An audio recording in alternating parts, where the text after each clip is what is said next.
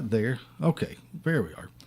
And of course, we're back, and we have our guest in the studio, Mr. Randy Brewer. How are you, Randy? Doing great this morning, Well, Jeff. thank How you. are you? It is Friends and Neighbors with Jeff Hood. It's this hour, and I think I have got the buttons turned on, and we are live now, not only on WDXE, but we're on Facebook Live, and we are on YouTube Live. And this hour, of course, has been given to me to have guests on.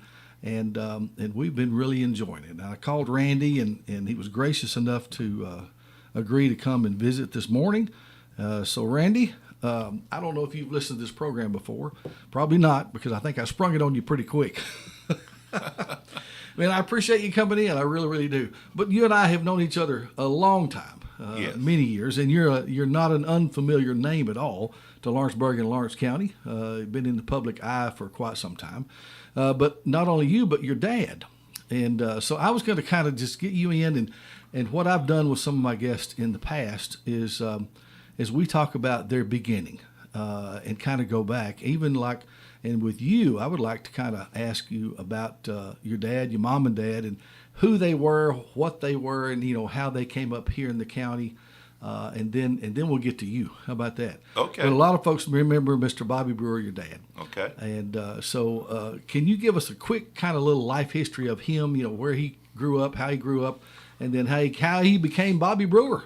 Okay. Well, he was the youngest of 7 children that Will and Altie Mae Brewer had up in Etheridge and Weber City area and so forth. And That's what I was going to ask you about, where they grew up. that's Yeah. right. That's right. My mother grew up in the south end of the county, and we'll talk about that in just a minute or two. But I'll tell you how they met and got married. It's kind of a funny story. Yeah.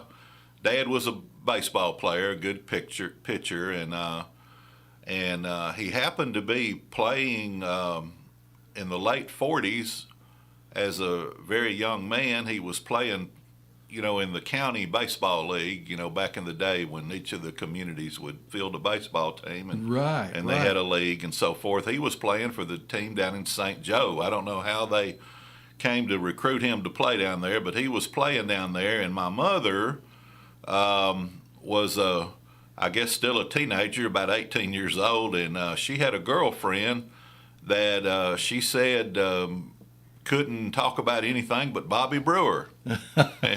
and she was, I've heard her tell the story so many times. She said this guy it was like Bobby Brewer.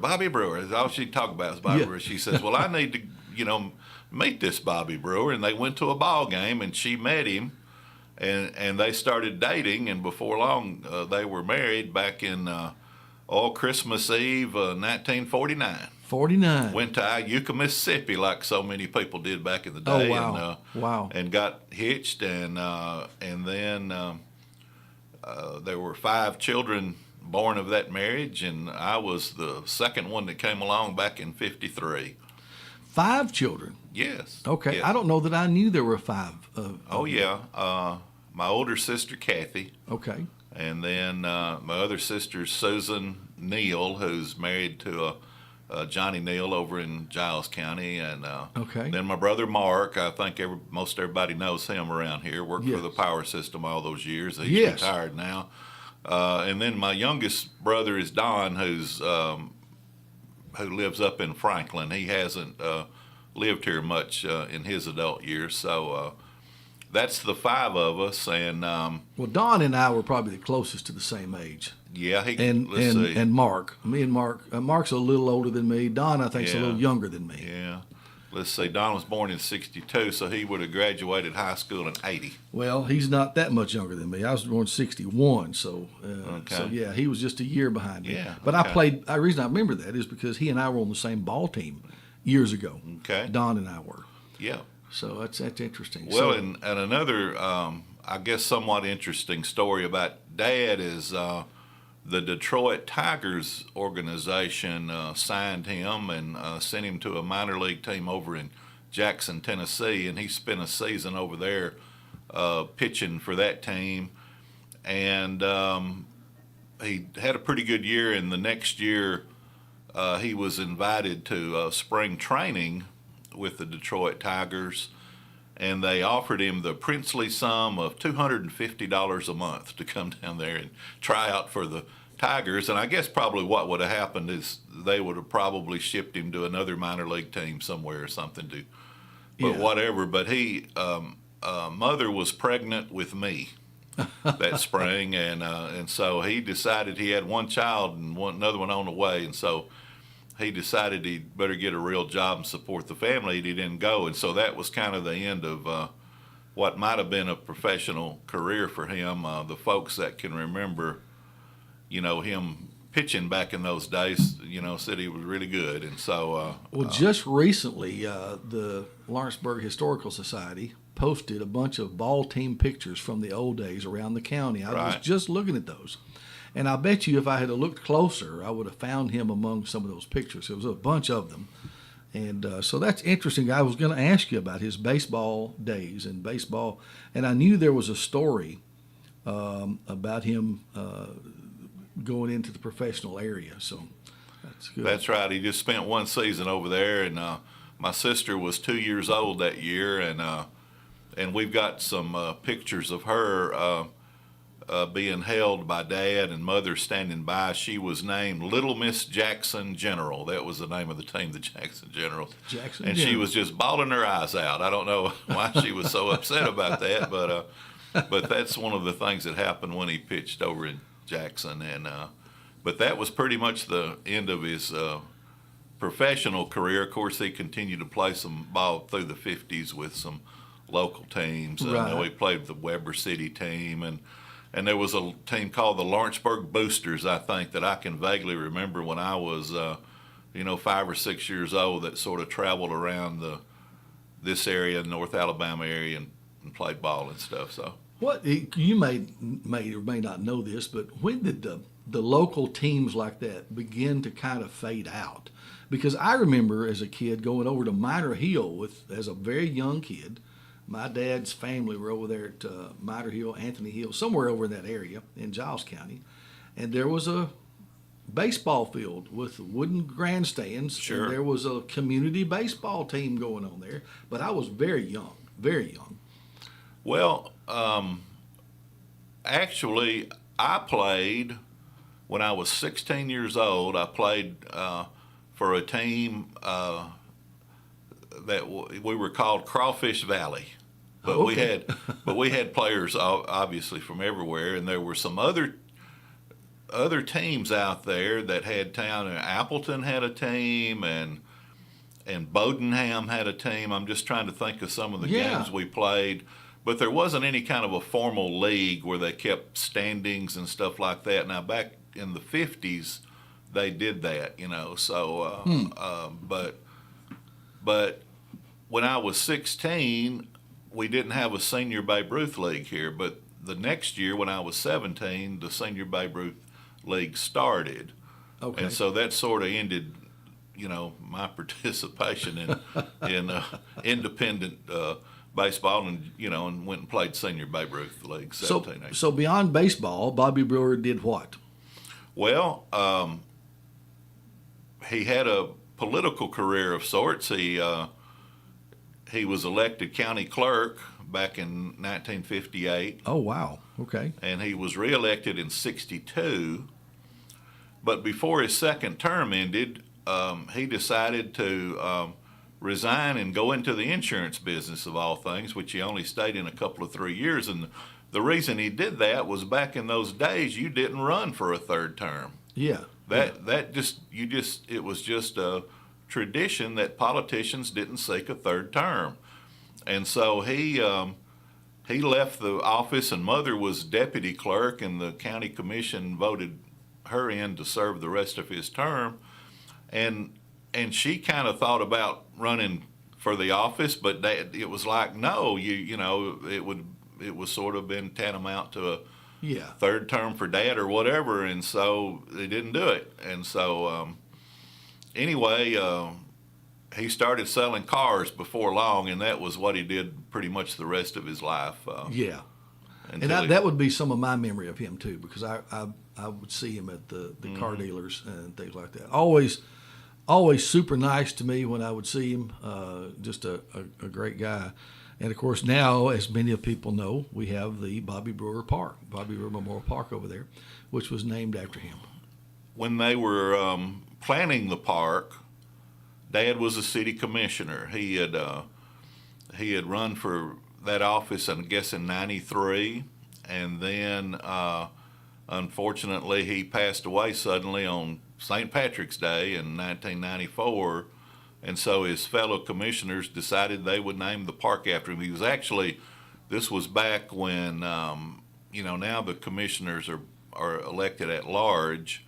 Back then you had basically an office. There was a commissioner of safety, Yes. oversaw the fire and police departments, and there was I think it was called the Commissioner of Parks and Public Properties, and he had that office. Yes. And so he Yeah, I was over remember the that. parks, and so they decided to name it after him. I remember when we had the groundbreaking, they asked me to say a few words, and I basically said I'd give anything if we were naming this park after Davy Crockett instead of, in tribute to Dad, who had passed away. So, Yeah. and so anyway, I can remember back in the day, I think this is an interesting aspect of my mom and dad's life is, they were Republicans way back when, before, I guess the old country song goes, before being a Republican was cool. Yes. They were Republicans, and back in 1978 when Lamar Alexander ran for governor and made his walk across the state, Right. he stayed with my parents when he came through Lawrenceburg for a couple of nights. Oh, wow. And that was an interesting time. And Dad actually went to work for him in his administration as the motor vehicle director for wow. a short time. I don't think I knew that. Well, he didn't stay long. He was commuting from here to Nashville, and then my mother's mother had a stroke, and they were planning on moving to Nashville until that happened. Okay. And then they decided they needed to stay here, Yeah. and so he quit the post and Yeah. started selling cars again. Well, you've got a family legacy here that's really closely, tied to Lawrenceburg and Lawrence County, and then you came along, and had been in the world a while, and began to start your life and career. How did that? What were your beginnings, as far as your takeoff? Well, of course, I went to school here, 8 years at Lawrenceburg Public, the old building over there on Jackson Avenue, and then 4 years at Lawrence County High School, played basketball. What year did you graduate? 1971, and 71. and I've got to mention my old basketball teammates. There were 7 of us seniors that year, and we set out to, our goal that year was to make it to the state tournament, and we did. And I want to mention my great friend who's recently passed away, Jimbo Cheatwood. Yeah. Jimmy Cheatwood made the winning shot in the sub-state tournament to send us to the state that year. Oh. And unfortunately, we're the last boys team that from Lawrence County High School that made the state tournament. Now Coach Shane Clark has had a few teams that made it to the sub-state, and Yes. and that's kind of tantamount to being Yeah. in the state tournament because of the way they've rearranged the tournaments and everything. So Right. I got to give him a heads up. He did a great job in his years as coach, and of course I played for Ralph Benson, who's Yes. TSSAA Hall of Famer, and I actually got to teach school one year and help him coach basketball, and so. He was great, and he was a great coach, and so that was a great year, 1971. And I went to Memphis State a couple of years, graduated down at UNA, and then taught school that first year out of college. But then got into the newspaper business. I helped start the Lawrence County News, which morphed into what's today is the Lawrence County Advocate. Now I remember this happening. Okay. Yeah, I remember this happening. And then I became editor of the Democrat Union for a few years back in the early '80s. and when I left there, I worked a short time for the Job Training Partnership Act, an old government program which trained folks that basically you trained folks that couldn't read. There was a reading aspect to that, and a computer lab where you taught people to read, and then my job was to get them placed in a job. That only lasted a couple of years when Cromer Smotherman and some other leaders in the community recruited me to be the Economic Development Director for the old 21st Century Council. Right. And I worked with them from like 89 to 98, and I got recruited to be the Economic Development Director for the Rutherford County Chamber. Went up there in Murfreesboro for 3 or 4 years, then came back to Lawrenceburg to lead the chamber here when they consolidated the 21st Century Council in the chamber, and retired from that in '07 and went into the property appraisal business. And I realized here just a year or two ago that I've been doing real estate appraisals longer than any other job I've ever had. If you break up the almost 20 years of economic development into 2 or 3 sections, then I've been doing appraisals now for about 15 years. Well, you moved fast through that. You moved you moved quite fast through all of those things. That's an interesting, and each one of them had its own challenges, I'm sure. When you went to Murfreesboro, for instance, I remember that. In fact, I think you and I may have talked a time or two while you were over there. Okay. You may not remember that, but I at that time I think I was with Lee Company. And I think I called on you maybe once or twice and knew you were over there. So how would you compare living and doing over there as to being here in Lawrence County? Murfreesboro and Rutherford County was just, it was all you could do to go to work in the morning and keep up with what was coming at you. You know what I'm saying? Yeah. And of course, I always tried to, when I was in that position, both here and in Murfreesboro, I tried to focus as much as I could on existing business and industry, because the job growth in that sector is greater than you'll ever experience by recruiting new business and industry, unless you really land a monster project of some kind. So, right. So to me, it was always important to try to, I wanted to have an existing industry council, a manufacturers association is what I would call it, and to work with existing industry and keep up with what they were doing, and try to bring them programs that would help their business, make them aware of, opportunities to get free state money for stuff like job training, and so I did that up there. But I'm telling you, it was crazy up there. The reason I went up there was a friend of mine had become president of the chamber, and he had an economic development background, and so he was going to be president of the chamber, and the chamber, as in the Chamber of Commerce, and they had over 2,000 members. I mean, that's a full-time job just doing that, and he was trying to be economic development guy too, because that had been traditionally in that realm. Sure. And so he finally threw up his hands and told his board, I need somebody to help, and that's one thing led to another, and I went over there and interviewed, and they hired me. So that's interesting. That's very interesting.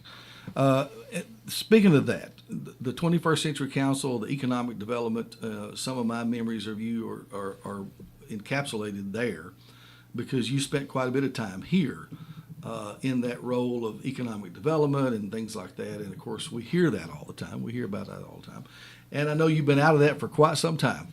You've been in the appraisal business, but you were instrumental in getting that kind of stuff started, or at least somewhat started, with the efforts that are being made even up to today. So I think it's kind of interesting on how that came to be, the 21st Century Council and the Chamber of Commerce. And can you kind of elaborate maybe on some of that beginning? Well, and who were the people involved? Okay, well, the council got started because some local elected leaders and some community leaders in the private sector saw the opportunity to start a sort of a formal program, and they had the perfect guy to lead it because he had retired from Murray, and that was Cromer Smotherman. And they asked Cromer if he would lead a program like that, and he agreed to do it on a purely volunteer basis. Yes. Now, Cromer Smotherman worked in economic development from the late 80s to sometime in the middle of the first decade of the 2000s. Right. For free. He did it as a volunteer, and he worked hard at it. And I guess it was quite an honor for me that he basically chose me to come in, as his paid help. But what we did in the early days, which I'm proud of to this day, is that we looked at our community and looked for sort of the weaknesses. What do we need to do to improve the profile of Lawrence County? At that time, Jeff, there was something in the order of 55 or 56% of the population did not have a high school education.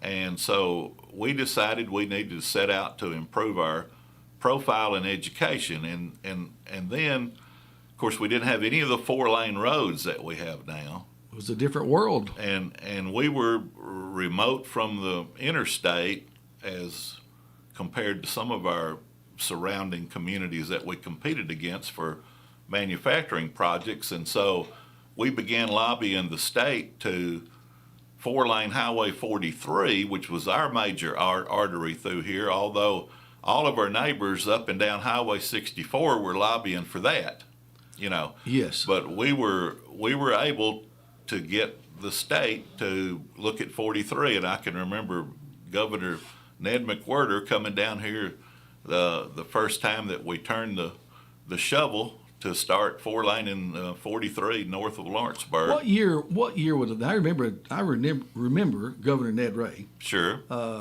And what year would that been when they actually, I guess, approved and got started with 4-laning 43 north? Around 1990. That's as close as I can come to remembering exactly when it was. McWhirter was governor, got elected in 86, reelected in 90. Okay. And I've got kind of a funny story about that I think folks would appreciate. Yeah, okay.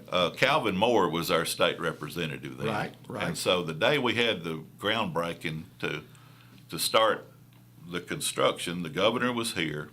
I've still got a picture on my wall that I got to make with him. I always had now, Ned Ray was a Democrat governor, but let me tell you something. He was a governor that looked out for the rural communities. I always liked him. He was great. Yeah. I loved him. He could stand up and make a speech on the state budget without any notes. And he was a likable fellow. He was no doubt. He was unbelievable. And so he was down here that day. And I was going to get to introduce Calvin so Calvin could introduce the governor. Yes. To speak. And the National Guard had let us borrow a flatbed trailer to have a speaking platform. There were hundreds of people there. And we were climbing up on the platform, and the governor stopped and turned around to Calvin. He said, "Representative Moore," he said, "what have I promised these people?" And Calvin said, "Well, Governor, you've promised them that you'll get Highway 43 4-laned all the way, through Lawrence County like that." He nodded, and he went up there and made his speech and talked about what we were going to do with Highway 43. And so we got it 4-lane to the north, and then later we came along and the state 4-laned it down to the state line, and there we go. And so, I guess we became sort of last on the list for getting 64 4-lane, but our main artery here, our main access to, points north where we do a lot. I remember at the time, Murray, Ohio gave us some figures that showed like 90% of their trucking left Lawrenceburg going up Highway 43. Yes. And so it was the same with a lot of the other industry too. And so that's why, we set out to try to get 43 4-lane. And then in the education realm, of course, we Cromer and a lot of his friends in the private sector, and of course the local government as well, prevailed upon Columbia State to put a branch down here, and we raised about $500,000 from the public sector to build that building that's over at the high school now. That's now the school board headquarters, and Columbia State's at the brand new $15 million building down here on the highway, along with some other. That is a good looking building too. It's a beautiful building, and it's got so much promise for the future. We've got Tennessee Tech in there, and we've got Tennessee Southern, formerly Martin Methodist College, and I'll leave somebody. I think MTSU maybe has some classes over there, but Columbia State still, runs that. They're still sure. So anyway. After we built the Columbia State Center, somebody said, well, we need to develop a scholarship program to, incentivize local kids to go to school over there. And started out with the goal of maybe announcing 3 or 4 scholarships the day that the Columbia State thing was announced. And I think we wound up with 23. And then that grew over the next few years to 50 or 60. And gosh, I don't know how many the Education Foundation gives out now, and we created, the nonprofit 501(c)(3) Education Foundation to handle that money. So those were the early days of, bringing the county's profile along, and and so that's what we were doing in the late '80s and early. Well, 90s. it's amazing to think about all the things that have taken place in past years that are having an effect today, and if those things hadn't have taken place, then things that are happening today wouldn't be taking place. So it's an interesting watch. Well, and it's wonderful what the state's doing now. I mentioned that high school graduation rate back in the day, and now it's way up in the 90s now. It's crazy, and kids can go to school for free their first year or two. They can go to one of these technology centers in Pulaski or Hohenwald, or even here. There's classes taught here, or go to Columbia State, and it doesn't cost you anything. It's amazing. That's a good deal. That's a very good deal. They would take advantage of it, no doubt. Well, I'm going to back up and punt with you just a little bit. We've talked about the economic thing, the kind of the public arena that you operated in, but somewhere along the way, you fell in love. Yes. And a lot of people know who I'm talking about with Miss Nancy. Yeah. So how did that come to be? Well, we had offices very close to each other, and that was another one of those things. And I hope Nancy won't mind me telling this story, but she was friends with Betsy Hale, Betsy Cheatwood. Yes. Jack, the late great Jack Cheatwood. Yeah, I miss Jackie. My old friend from the time we were 4 years old, and so she heard Betsy talking about me. I'd come over and visit with Jack and everything like that. I don't know if she was all that fond of that, but at least she was talking about me. And she knew you were around anyway. Huh? And so Nancy has always said, well, Jack Cheatwood is a pretty cool guy, and so if he's friends with Randy Burr, he must be a pretty cool guy. And one day I walked into the Advocate where she was, working, and she said she heard somebody say, like maybe Joe Baxter said, well, Randy Brewer's here or something. And so she walked out there to see who I was, I guess, and that's how we got to know each other. I'll tell a funny story or two about that. The first date we ever went on wasn't really so much a date. I had a visitor from Japan. I got to go on a group study exchange to Japan through the Rotary Club in 1986. Yeah. And one of my homestay families, when we were staying there, was a sake brewer. He had a famous sake brewing company. Okay. Aizen Sake. Okay. It was really good sake. And him and his daughter were coming to New York, and we were corresponding. And I said, why don't y'all catch a flight down to Nashville and stay a few days down here? I'll take you to the Grand Ole Opry, which is very famous and popular in Japan. And so they came down here.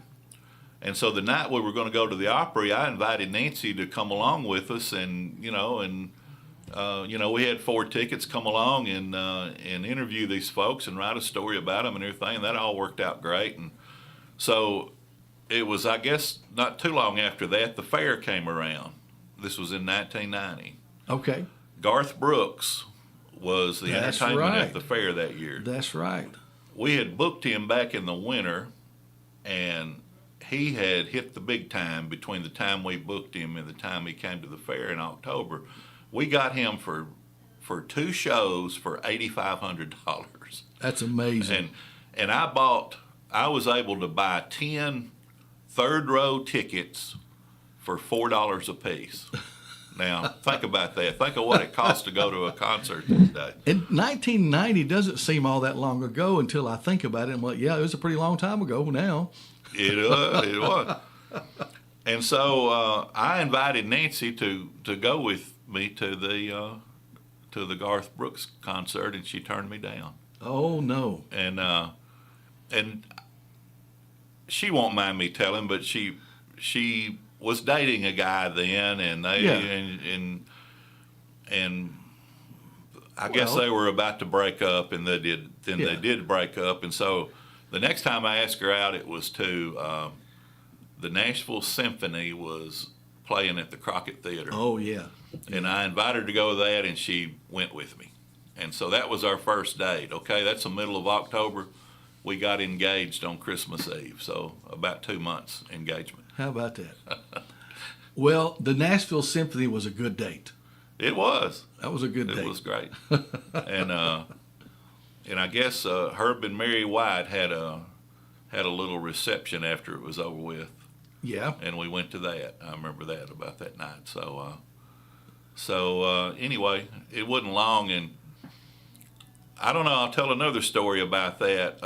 My maternal grandmother and her maternal grandmother passed away about the same time in the late 80s. Okay. And it is our feeling that they got together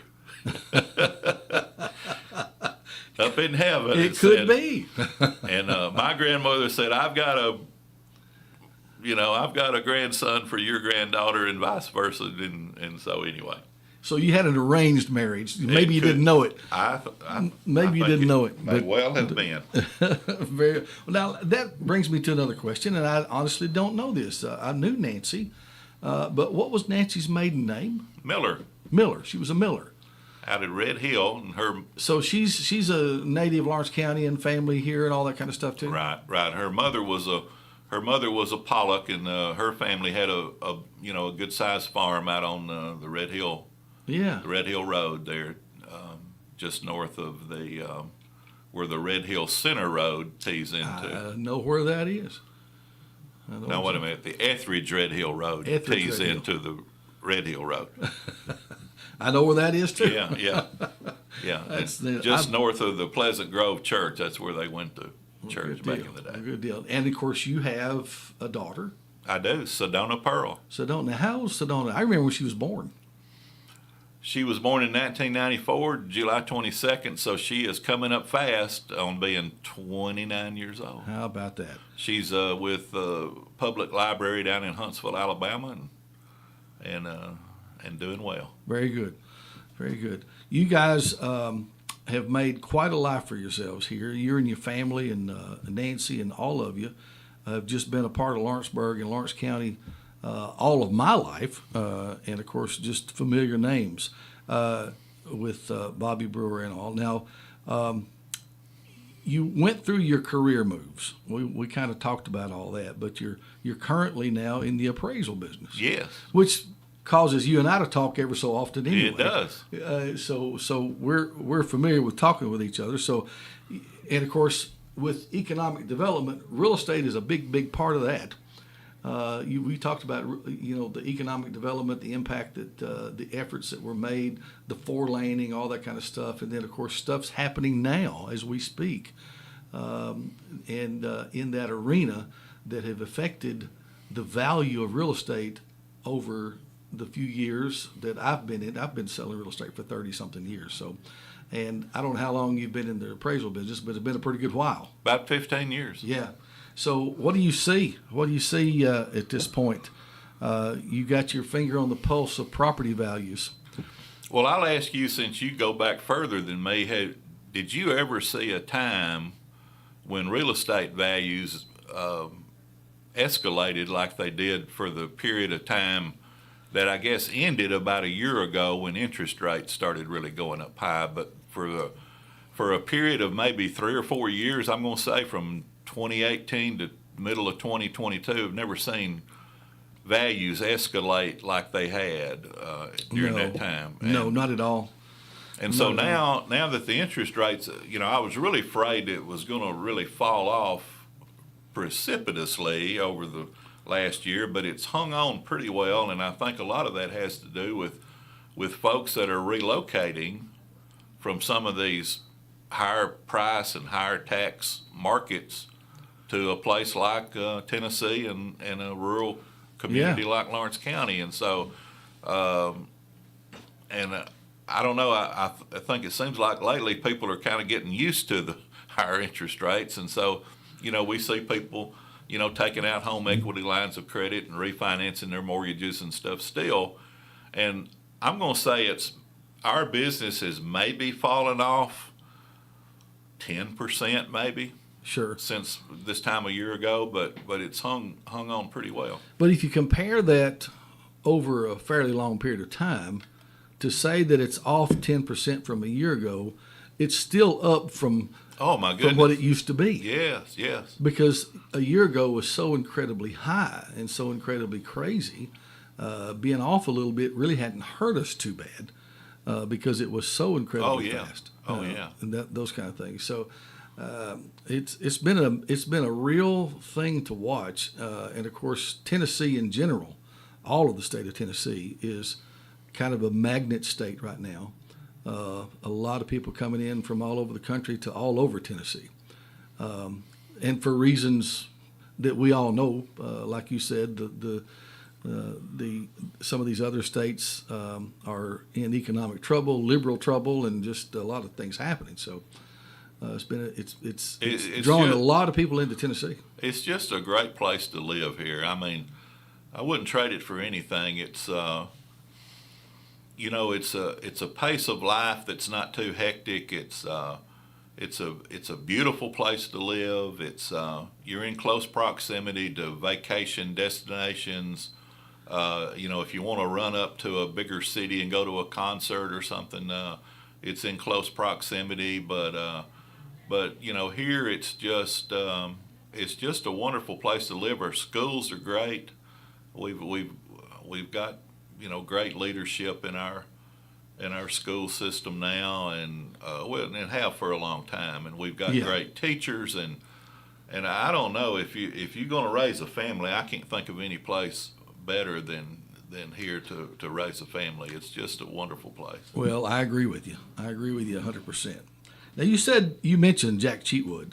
I just happened to look back down because I was making some notes here just to kind of keep the conversation going. Of course, Jack was a mutual friend, but you grew up more with him and had known him, I guess, more of a lifelong friendship with Jack. I can remember the day we met, Jeff. It's crazy that you can remember something that happened when you were 4 years old.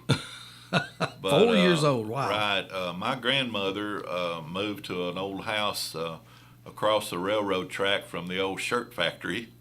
Down in the not too far south of the square, and Jack's family lived close by, and of course his folks knew my folks, and so the day that my grandmother was moving in, they came over, and that's when I first met him, and I remember, and of course his sister Donna, who I work with now in the appraisal business. Yeah, she that's was right. she was there too. That's right. And so I met them that day, and friendship started that lasted.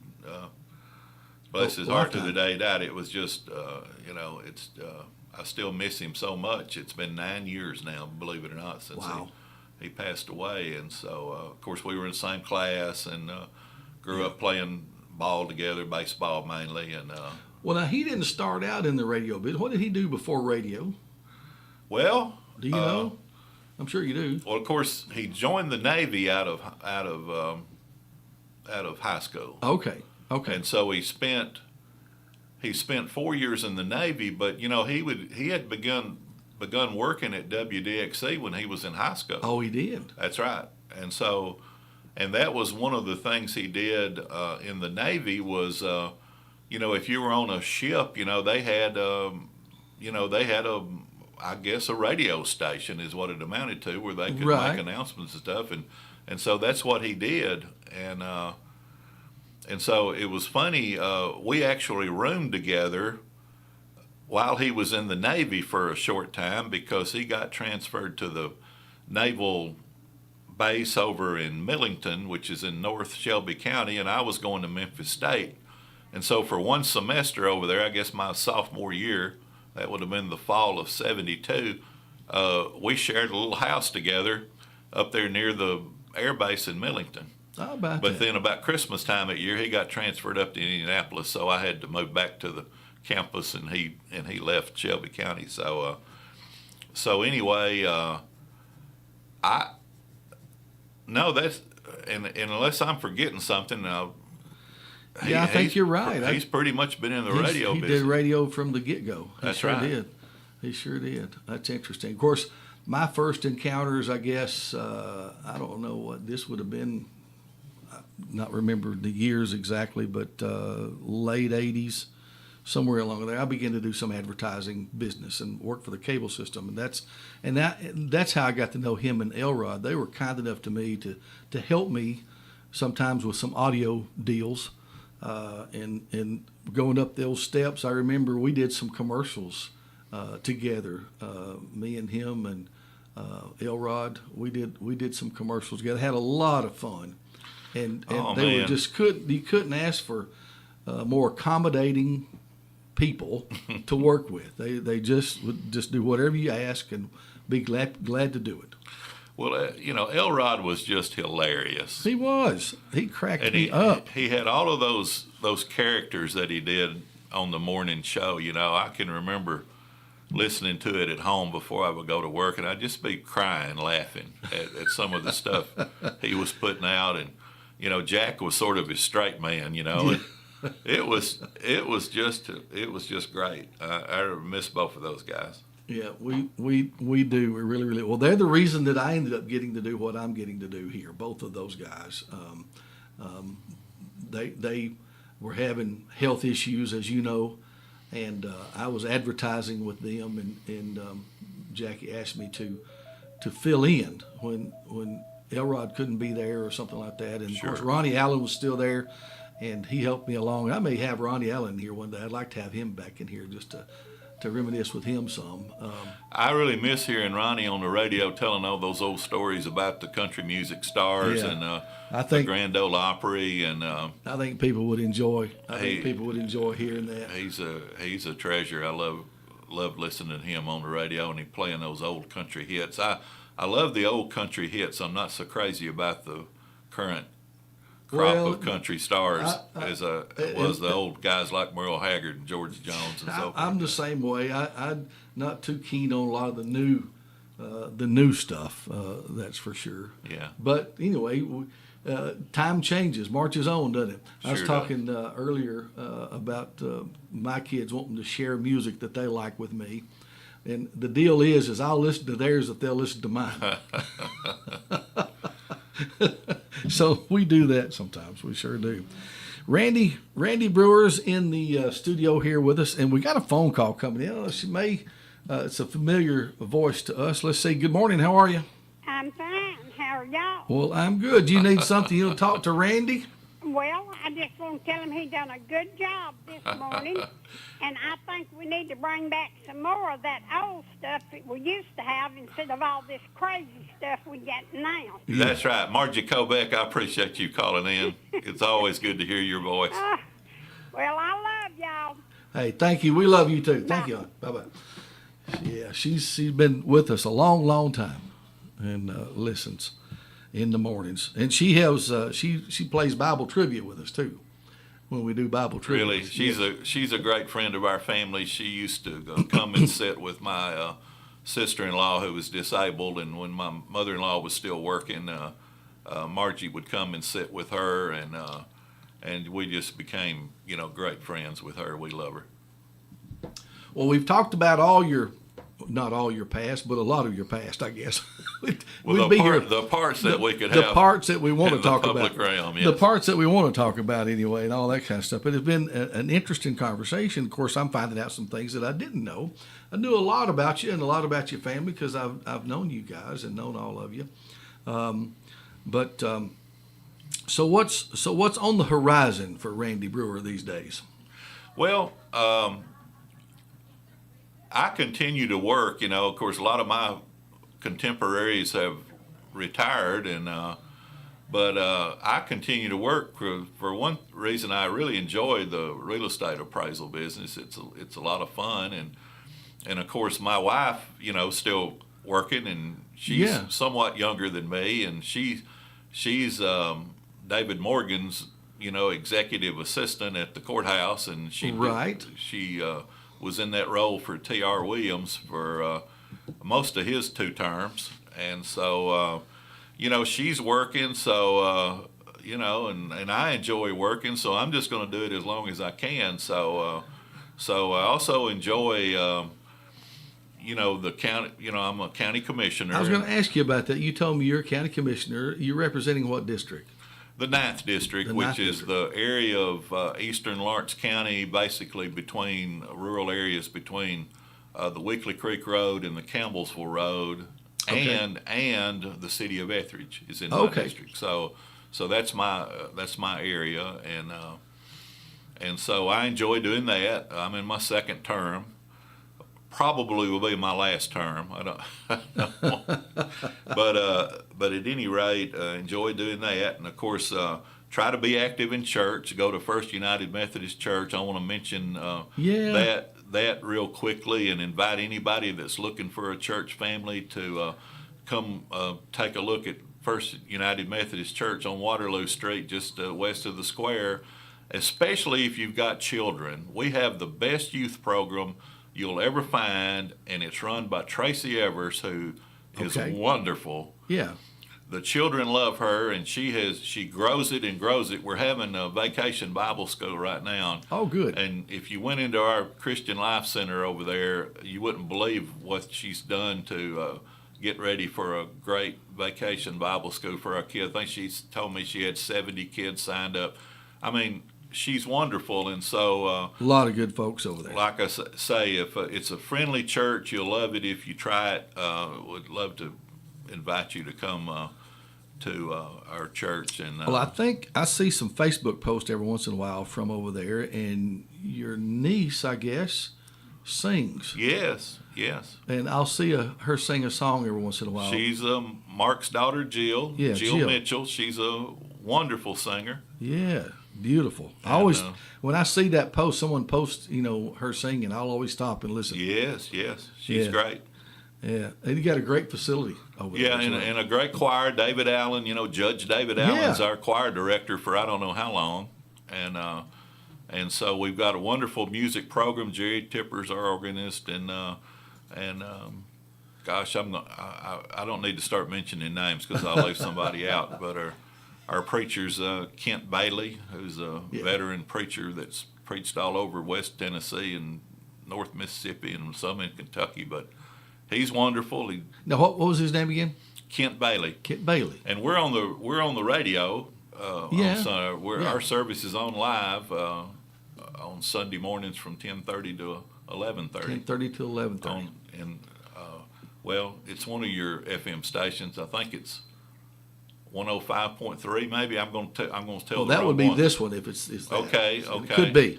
Y'all got so many. Roger Wright has 93 radio stations, so I can't keep up with them all. But anyway, you can listen to us on the air on Sunday morning live. Well, good deal. Well, I really do appreciate you coming in. I've got to kill at least another 3 or 4 minutes, and then we'll take a hard break here being